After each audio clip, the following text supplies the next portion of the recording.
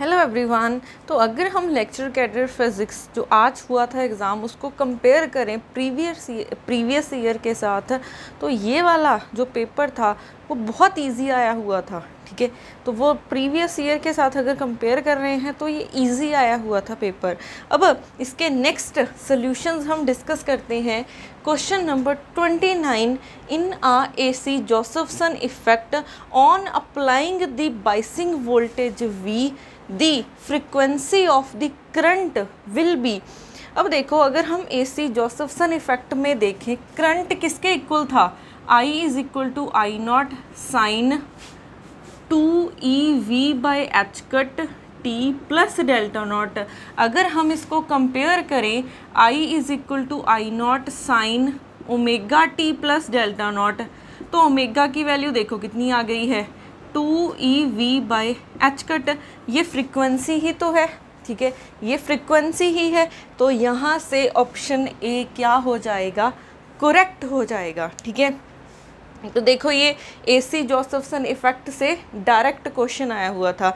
अब यहाँ से जो क्वेश्चंस हम देख रहे हैं, अगर हम क्वेश्चन पेपर को देखें, ये अब इसकी जो बोल सकते हैं मार्क्स है या फिर कट ऑफ है, ये डिपेंड करेगी कि स्टूडेंट्स ने कितना अटैम्प्ट किया है पेपर।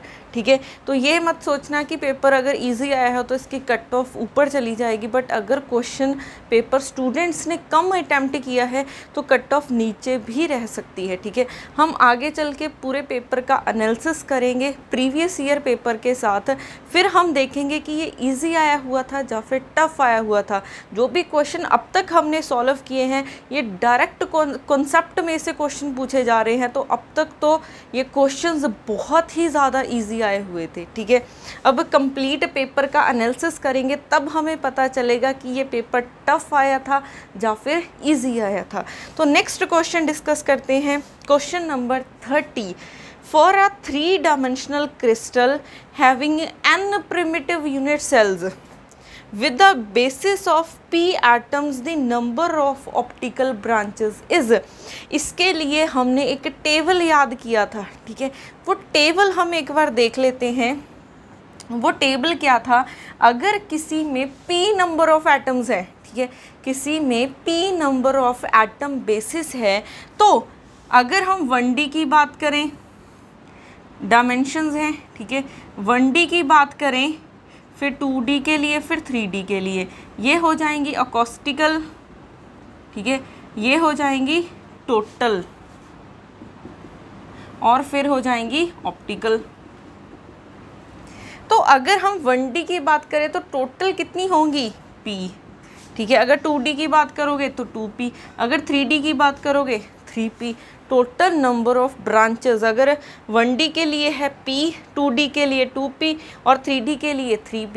ये P क्या है? Number of atoms in a basis. ठीक है, अब अकॉस्टिकल ब्रांचेस कितनी होंगी? 1D के लिए 1, 2D के लिए 2 और 3D के लिए 3। तो ऑप्टिकल कितनी बच गई? माइनस कर लो, P-1, 2P-2, 2P-3।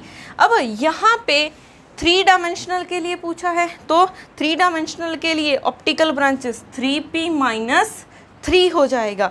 तो यहाँ से ऑप्शन C क्या हो जाएगी?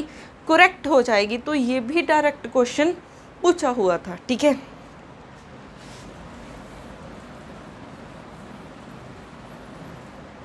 नेक्स्ट क्वेश्चन नंबर 31 डिस्कस करेंगे हम।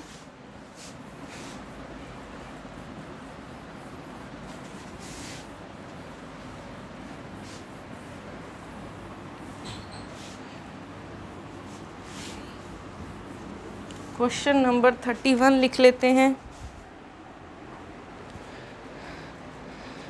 तो क्वेश्चन है, the order of magnitude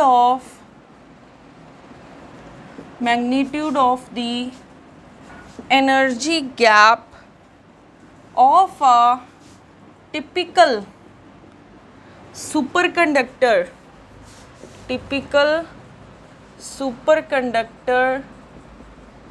is, options हैं 1 MeV, ऑप्शन बी है 1 KeV, ऑप्शन सी है 1 इलेक्ट्रॉन वोल्ट, और ऑप्शन डी है 1 MeV।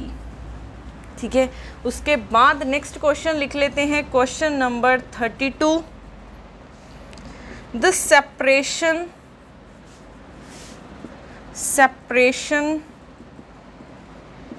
between the first Stokes and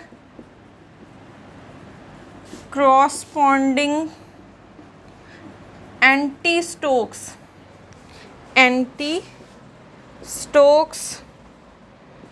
of the rotational Raman spectrum in terms of the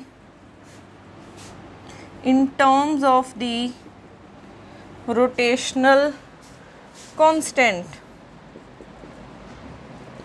B is, option A है 2B, option B है 4B, option C है 6B, और option D है 12B।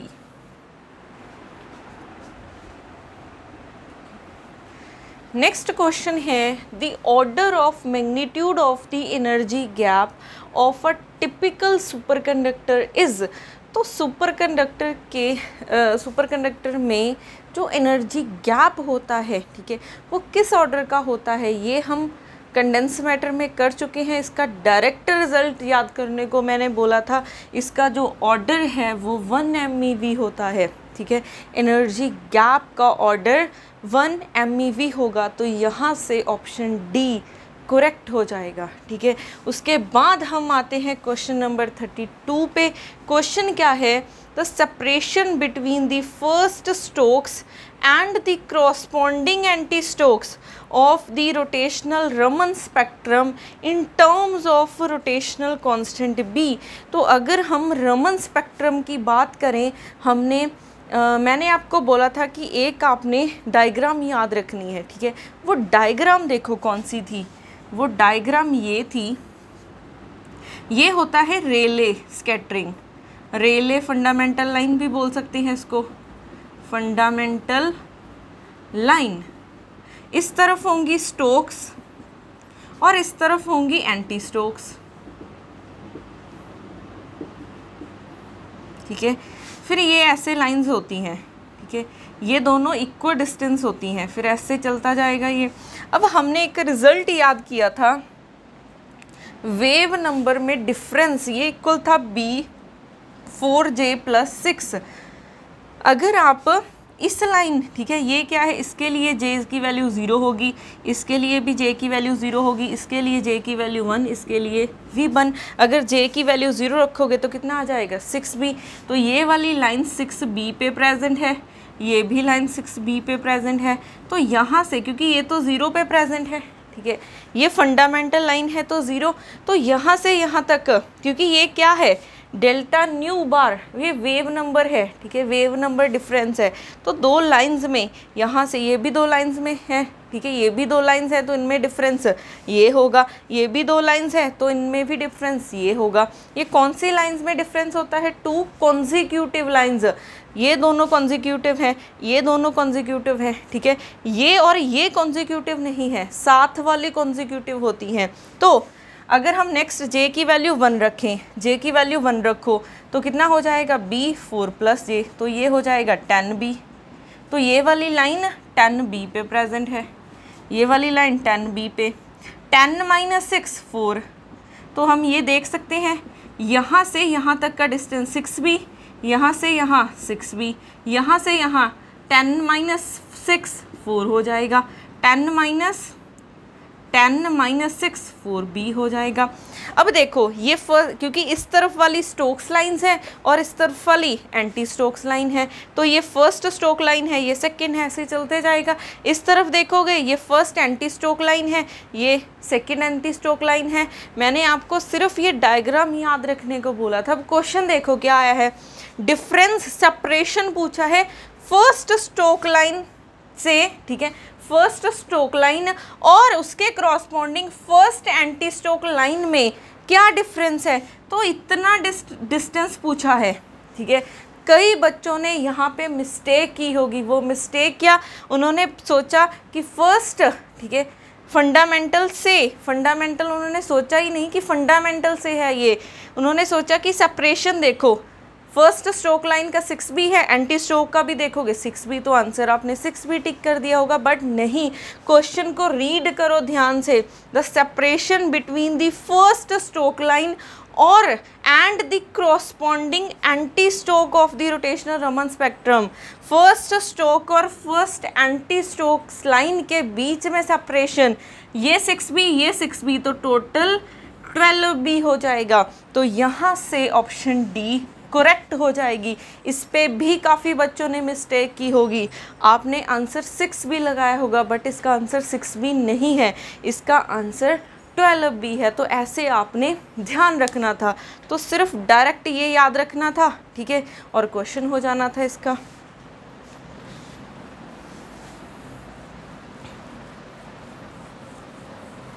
Next question number 33 discuss करेंगे।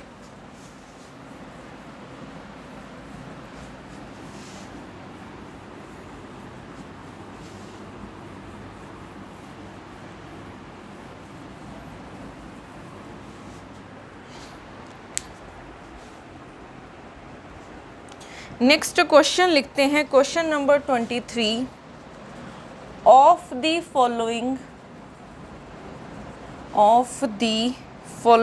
Term symbol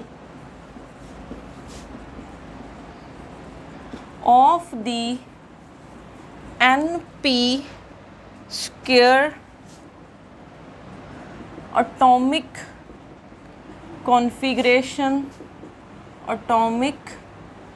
configuration 1s0 3p0 3p1 3p2 which is the ground state। Options हैं 1s0, option B है 3p0, option C है 3p1 और option D है 3p2। अब यहाँ पे देखो उन्होंने कहा है NP स्क्वायर, ठीक है, NP स्क्वायर के लिए हमारे पास ग्राउंड स्टेट टर्म कौन सी होगी इनमें से। तो जब भी हमने ग्राउंड स्टेट टर्म देखनी हो तो हमारे पास 3 रूल्स होते हैं, ठीक है, वो 3 रूल्स पहले देख लेते हैं क्या होते हैं। फर्स्ट रूल, ठीक है, सबसे पहले हमने S की वैल्यू को देखना होता है, लार्जेस्ट S, जितनी S की वैल्यू लार्जेस्ट होगी उतनी एनर्जी लोएस्ट होगी, ठीक है, जितनी S की वैल्यू लार्जेस्ट होगी उतनी एनर्जी की वैल्यू लोएस्ट होगी। सेकेंड रूल, अगर किसी जो टर्म सिंबल्स हैं अगर उन सब की S की वैल्यू सेम आ जाती है तो नेक्स्ट हमें L की वैल्यू पे जाना होता है, जितनी लार्जेस्ट होगी L की वैल्यू उतनी स्मॉलेस्ट होगी एनर्जी, ठीक है। अगर S की वैल्यू सेम आ जाती है तो नेक्स्ट हम L को चेक करेंगे, तो जितनी L की वैल्यू लार्ज होगी उतनी ही एनर्जी कम होगी। अब सोच, अब यहाँ पे देखो सभी टर्म सिंबल की S की वैल्यू भी सेम है, L की वैल्यू भी सेम है। अब हमें नेक्स्ट कहाँ पे जाना पड़ेगा, J की वैल्यू पे। अब यहाँ पे अगर तो लेस देन हाफ फिल्ड है, हाफ फिल्ड और लेस देन हाफ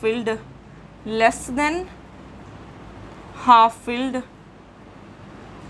तो यहाँ पे हमारे पास जितनी J की वैल्यू लोएस्ट होगी उतनी एनर्जी लोएस्ट। अगर कोई ऑर्बिट हाफ फिल्ड है या फिर हाफ फिल्ड से कम है तो जितनी J की वैल्यू लोएस्ट होगी उतनी एनर्जी लोएस्ट होगी। अब इसमें सेकंड, थर्ड, फोर्थ रूल क्या हो जाएगा, greater than half filled, greater than half filled. तो अगर हम ग्रेटर देन हाफ फील्ड की बात करें, जितनी जे की वैल्यू लार्जेस्ट होगी उतनी एनर्जी लोएस्ट होती है, ठीक है। अगर हाफ फील्ड या फिर हाफ फील्ड से कम है तो जे की वैल्यू जितनी लोएस्ट होती है एनर्जी उतनी ही लोएस्ट होती है। अगर ग्रेटर देन हाफ फील्ड है तो जितनी जे की वैल्यू लार्जेस्ट है उतनी एनर्जी लोएस्ट होगी। अब हम बात कर लेते हैं एन पी स्क्वायर, ठीक है। एन पी स्क्वायर की अगर हम बात करें, ये क्या है, पी ऑर्बिट है, पी ऑर्बिट है तो 3 होंगे, ठीक है। यहाँ पे n P square means 2 electrons है, तो हम पहले सिंगल सिंगल इलेक्ट्रॉन फिल करते हैं। अब इसमें हम मैक्सिमम 6 इलेक्ट्रॉन फिल कर सकते हैं, तो ये क्या है, लेस देन हाफ फील्ड है, तो ये लेस देन हाफ फील्ड वाला केस है। अब यहाँ पे देखो हमारे पास ये टर्म्स है 1s0, 3p0, 3p1 और 3p2। अब सबसे पहले रूल लगाओ s की वैल्यू पे, जितनी s की वैल्यू ज़्यादा उतनी एनर्जी कम। तो यहाँ पे देखो s की वैल्यू कितनी है, यहाँ पे s की वैल्यू, क्योंकि ये वैल्यू है 2s + 1 की, ठीक है, तो इसके लिए s की वैल्यू हो जाएगी 0, ठीक है। इसके लिए वैल्यू हो जाएगी s की 1, इसके लिए s की वैल्यू 1 और इसके लिए भी s की वैल्यू 1। अब जितनी s की वैल्यू लार्जेस्ट होती है उतनी एनर्जी कम होगी, तो इनमें से ये वाला केस कैंसिल। अब ये आ गया।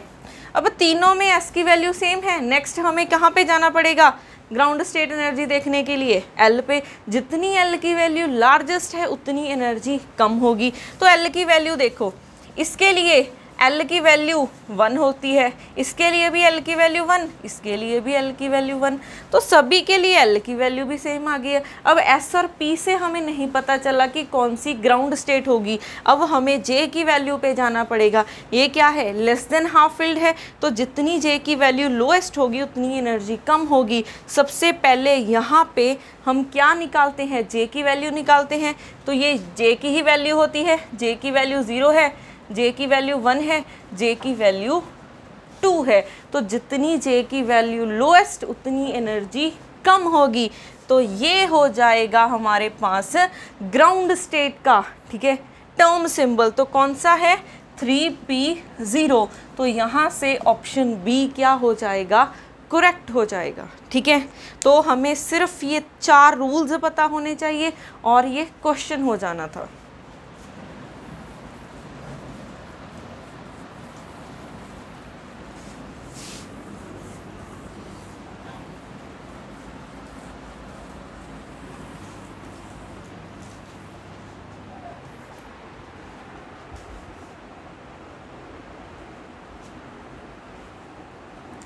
नेक्स्ट क्वेश्चन है, the electric charge of the quark is, options हैं 0, बी ऑप्शन है greater than electron charge, option C है less than electron charge, option D है इक्वल टू इलेक्ट्रॉन चार्ज।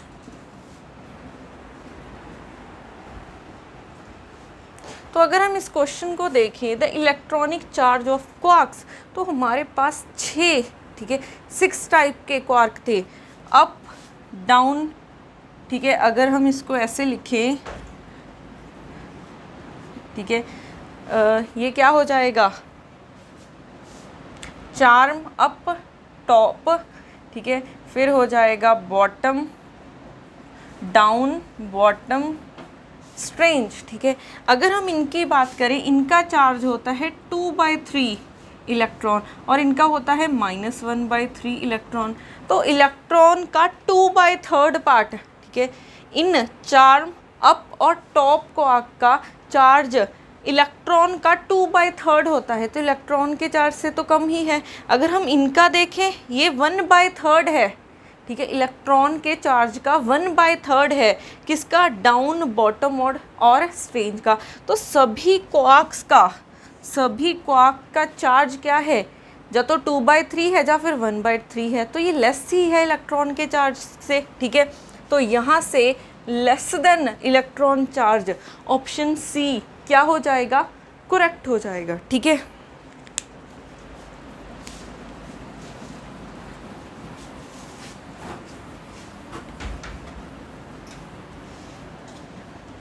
बाकी सॉल्यूशंस इसके हम कंटिन्यू करेंगे नेक्स्ट वीडियो में, तब तक के लिए देखते रहिए।